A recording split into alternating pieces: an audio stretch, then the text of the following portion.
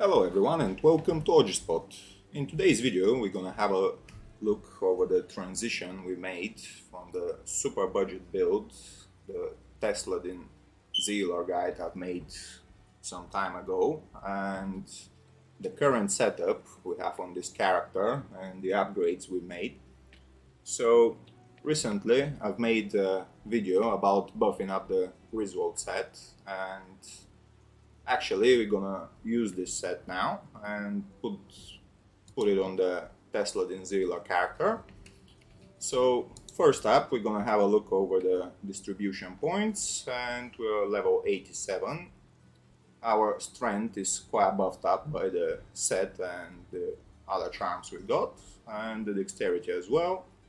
Our vitality is not that high, simply because we can probably shave quite a few points from the strength and add them to vitality with the upgrade we've made on the gear, but this is gonna be a future upgrade and we might need to reroll the build eventually. But this is it in this current state, and let's have a look over the charms first. So there are some upgrades I've made over the inventory, and let's have a look over these. So here I'm wearing two Grand Charms with a little bit of attack rating and maximum damage, Grand Charm with all resistances, Combat Skiller, Offensive Aura Skiller with 42 life, Combat Skiller with 32 life, and the small charms are nothing impressive really, just a little bit of extra life, and this is a faster hit recovery one. Gonna talk about it a bit later. Really low roll on a Nicholas charm, and some extra life charms. And these two are also faster hit recovery with attack rating charms, and by wearing them we've been able to reach the higher frame for the faster hit recovery. And here we got a low roll of Hellfire Torch, and let's go over the rest of the items now. So first up we're gonna show the Griswold set. You might have seen it in the previous video. So this is our Griswold set, and let's talk about the rest of the gear. So first up, for the gloves I've chose to put a Draco's Grasp, simply because they really work quite well with the Zealer character, and the survivability factor they add is quite impressive. There's this 9% life leech stolen per hit, which is really helpful to sustain your character in fights, and those 5% chance to cast level 10 life tap on striking also work really well. And yeah, they provide amazing survivability for the character. And there's also 25% chance of open wounds, which is quite helpful against bosses or immune to lightning monsters and etc. So yeah, I'd say it's a really good option for the gloves. Let's go over the rings. So this one is a 5% Bull Katos ring. I've chosen it simply because it got another 1-0 skills, and we're quite lacking in those departments, so it's a good boost to have. And there's also a little bit of extra life, 43 to life based on a character level, and another 5% life stolen per hit, which is stacking quite well with the Draco's gloves. So we've reached 14% of life stolen per hit so far, which is really helpful. And the other ring we're using is Raven Frost, good dexterity booster, also quite a lot of attack rating, little bit of cold damage, still adding up to our elemental damage pool quite nicely, and 42 mana is quite good to have. It's stacking up quite well with battle orders. And there's also this cannot be frozen mode, which is absolutely necessary for melee characters, and cold absorb 20% is stacking really well with the added 21 absorbed cold damage based on a character level, and we're quite well protected against cold wearing these two items. So let's go over the boots now. For the boots, I chose to put on upgraded Gore Rider boots. They offer a little bit of extra defense compared to the regular version of the boots, and yet again, these are really good option for melee characters. They give 30% to faster unwalk, 15% chance of crushing blow, which is really good and helpful against bosses or tougher enemies in general with a lot of HP. And there's also a 15% deadly strike and 10% chance of open wounds, which is stacking with our gloves, so we've reached 35% of open wounds on hit, which is really good to have. And let's go over the belt now. So for the belt, I've chose to wear Verdungus Hereticords simply because it gives 10% additional faster hit recovery, which is actually enabling us to hit the higher frame. There's also a really good amount of vitality on this belt, and damage reduction comes with it. It's a really nice bonus.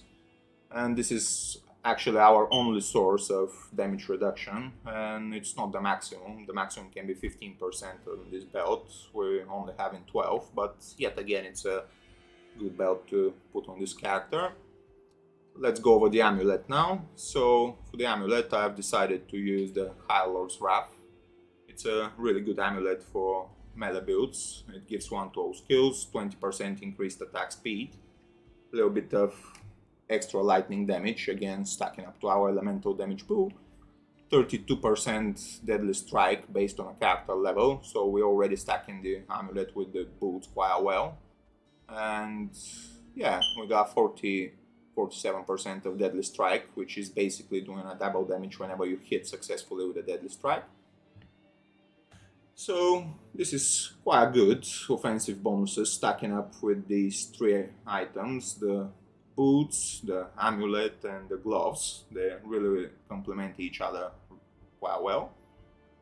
So on weapon switch, we're wearing a CTA to be able to buff ourselves and a spirit shield to extend the skill level by 2. So let's go over the skill points now. First up, we're gonna start with the offensive auras, and our main aura and source of damage is the Holy Shock aura. So if you take a look over this one, it's got 2 synergies, and these are Resist Lightning and Salvation. So in that situation, we've put 20 points into Holy Shock, and the rest of the auras you can see are just a single point, and they're just a prerequisite to get down to Holy Shock aura, so nothing else on the offensive aura tree. Let's carry over to defensive auras now.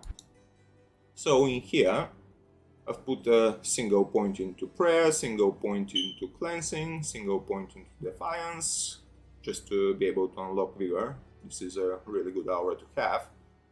It increases your running speed quite a lot, and I really like using it. And then the 2 synergies for the Holy Shock aura are Resist Lightning and Salvation, so we got these 2 maxed out. And let's carry over to combat skills now. So in here, we've got a single point into Smite, single point into Charge, single point into Blessed Hammer, just to be able to get down to Holy Shield, single point to Holy Bolt, and we've maxed out Zeal, and just a single point into Sacrifice, simply because we don't really rely on a physical damage that much with that build, so I really rather maxing out on Zeal and get the extra attack rating bonus compared to the damage coming up from maxing out Sacrifice. And this is a good trade-off you can do with this build. And the rest of the points I started dumping into Holy Shield just to raise our chance to block higher, and the defense bonus from this skill is really impressive. So let's show you the build in action right now. As it is, our attack rating is quite low, but what I have to do to increase it is just carrying in my stash this Demon Limb. and I'm only using it for the enchant. It's a level 23 enchant on it. So what we do before we start playing with the character is just put the demon limb and cast an enchant and get back to our weapon of choice. So as it is right now, our attack rating jumped up to 10k and a little bit over, which is, I'd say, enough for health difficulty and running pretty much the whole game content. And yeah, let's go and 3-buff now and show you the build in action. So we're on health difficulty. This is Act 5, the first waypoint, and starting up with enchant, we transition over to the CTA buff. So we buff ourselves up, then we switch weapons, we cast our Holy Shield, we get back to Holy Shock Aura, and this is our main setup, and we're pretty much ready for fight. Our damage is 9.6k on the maximum side of the things, and there's also those stacks of Holy Shock lightning damage, which is a little bit over 1300. So this is quite well as a AoE Spectre the damage. So let's go and try Eldritch, and as you can already see, our Holy Shock Aura is hitting quite hard, and we're not even hitting the monster yet, so let's start fighting. And immediately, pretty much every single monster we hit dies, because our damage is quite high. Our attack rating is high enough, so we don't really miss our shots, and there we go. Pretty much all the monsters cleared. And the one part this build is lacking, I'd say, with the current setup is the attack rate, is the attack speed. And you can see we're not really hitting the maximum frame for the attack speed, but I'd say this is not an issue at all, because our damage and survivability are really good as they are.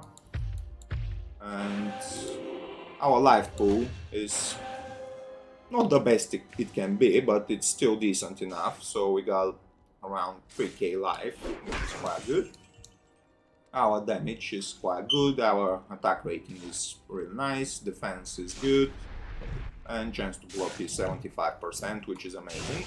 Our resistance is really good as well. We got quite nice cold absorb, so this character is really stacked up.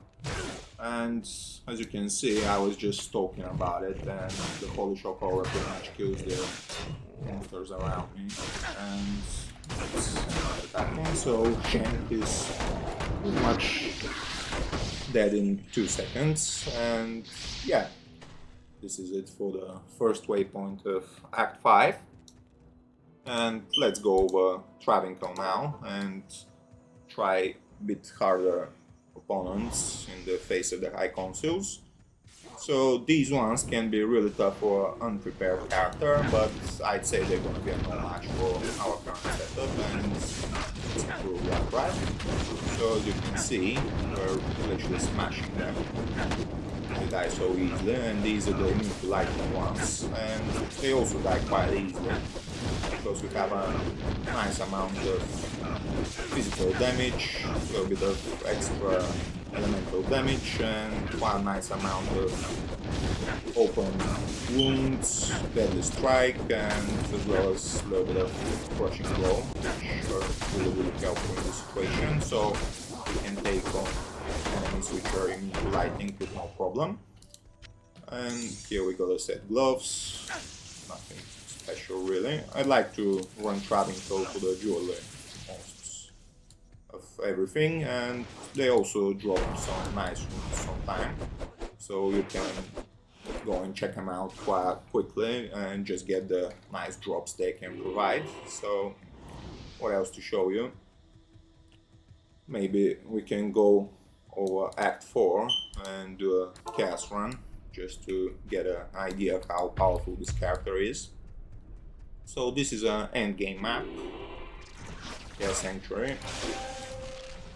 It might be a little bit more difficult because of these rides which are draining our mana and burning our mana, and this can be quite bad, but we'll try that out, see how it goes.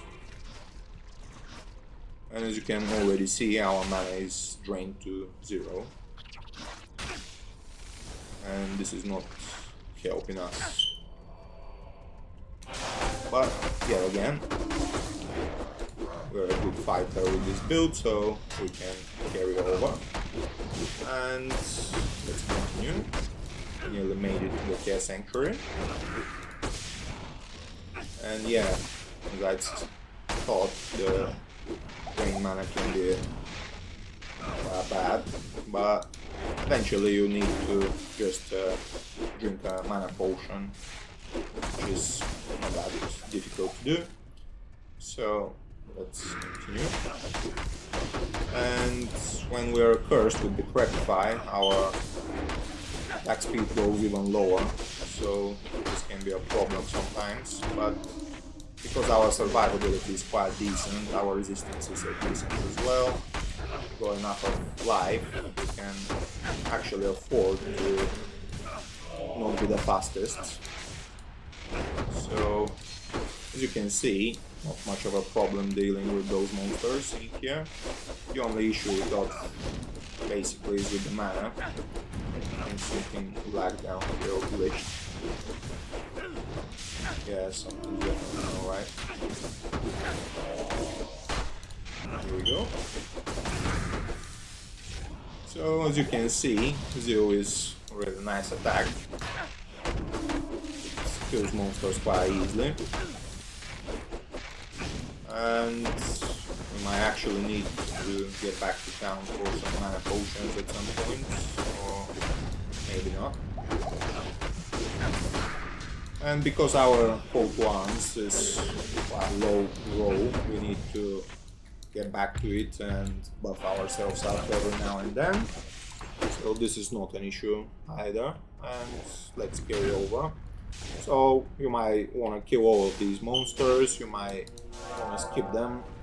Sometimes what I like to do is just go to the champion packs and kill them, but in this situation we're quite surrounded, and this is going to be a good example of the build's power. So there's actually a lot of rights training on our mana. This is quite difficult of a fight right now, but we'll get through it eventually. So here we go. Let's go and unlock the rest of the fight. A strong mana burn in this situation.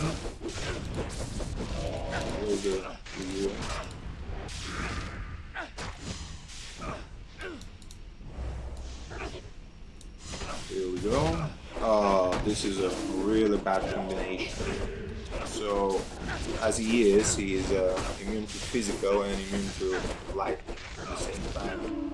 So this is gonna take some time. There's also a stone skin, so this is quite difficult, I'd say. And they're only enemies which we cannot leech life on at this point, and they're also burning our mana. So we have to utilize some potions in this fight. Our mana potions are already over, so we need to drink full rejuice in this situation.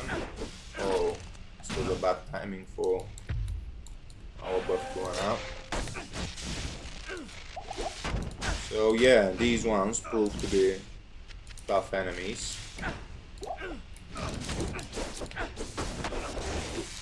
For this build. And they're really outnumbering us quite well. Not immune to physical and immune to lightning one. Kill them as well. So these are all minions. The chance of these types of monsters to drop runes is much higher than the rest of the monsters. So you might want to kill them as well. Our mana is burned to 0, like all the time, fighting these. But yeah, again, we're powerful enough to get through them. And we're gonna just get some more potions from the ground. We'll need those mana pots.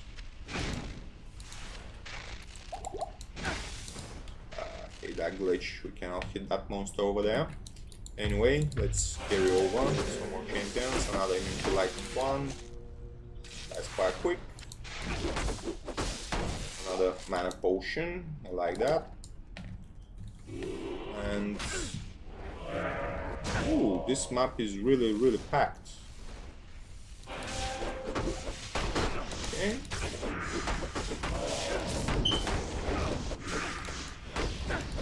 So as you can see, you probably have to drink potions every now and then during the cast runs, but I'd say it's totally doable.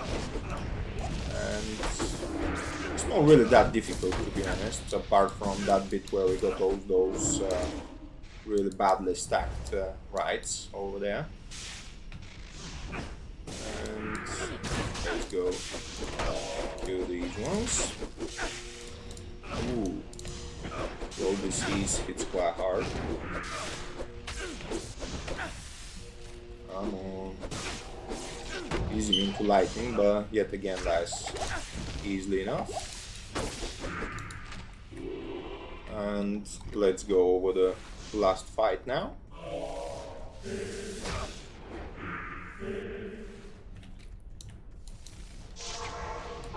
Our enchant buff ran out, so I just like to recast that to get back to that sweet 10k attack rating.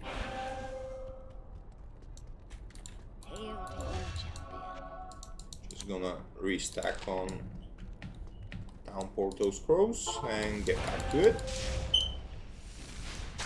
So here we go. Whoa, whoa. Oh, this is rough. I need the life tap and it procs. So I need to rely on life tap in this situation. Whoa, this is bad. This is bad. We need to get out of here. Oh shit.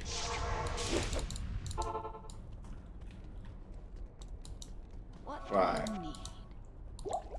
So this seems like a really rough fight, so we need to pre-buff somewhere else. And let's try our luck again. Those venom wards are really burning us quite nicely. Here we go, use the Infector Souls. Our mana is drained. So we just need more potions again. And here we go.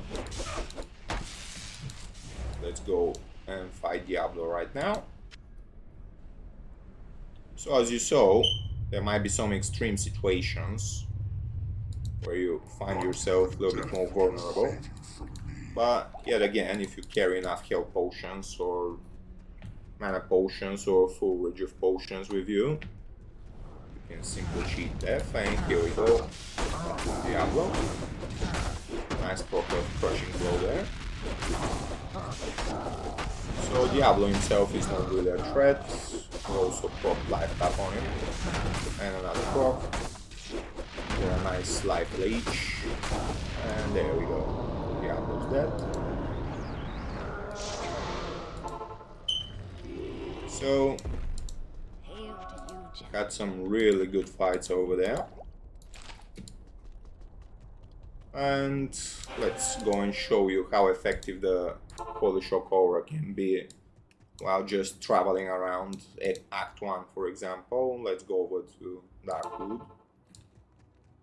So on Act 1, Hell difficulty, the aura is just devastating for the regular monsters. As you can see, just standing up here and pretty much everything starts dying around us. So, while not that high, the passive burns of the aura are yet again powerful enough to kill lesser enemies and weaker monsters in general. So as you can see, I'm just running around and They're trying to follow me and just die from the lightning stacks. So whenever you go in on lower acts on hell difficulty, you can just run around like that and pretty much the enemies are dying, so you don't need to fight. And yeah, this is pretty much it, guys. I hope you got the idea of how powerful the build is. So I'd say I'm happy how it turned out. The upgrade over the super budget version of this build is quite substantial, and we've made decent upgrades in terms of damage, survivability, life pool, attack rating, and pretty much everything, I'd say. And quite a deadly melee character right now. We can take on pretty much everything, I'd say. Build is quite successful. So yeah, we're hitting quite strong, about 10k damage to the maximum side. Our holy shock or damage are quite good. Of course, it can be much higher if you stack different items and put facets and etc. And you got way more skillers and other items, but this is another topic. So for this build as it is, I'm quite happy how it turned out. Our life is close to 3k. Our mana is decent enough, so you can face regular monsters without worrying. We got also some mana per kill from the jewels we've put on the equipment. We got this 12% damage taken goes to mana, which can also help us in some situations. We can pre-buff with Demon Limp to get extra bits of attack rating. We got CTA to buff ourselves. We use Holy Shock Shield. We use Holy Shield to maximize our chance to block. We got a little bit of damage reduction coming from the belt. We're hitting the higher frame for the faster hit recovery with all those jewels implemented and those charms we got in our inventory. And our resistances are really good. We don't have to afraid from cold damage or being frost in general. And I'd say the only place this build is lacking is the attack speed. Overall, I'd say it's a really strong and really well performing character, and you can definitely make a viable build using the Griswold set and a little bit of extra bits and pieces with it. And I hope you guys like this build guide and this video. Drop a comment, drop a like, subscribe me if you're a new viewer on the channel, and stay tuned for even more. See you later. Bye.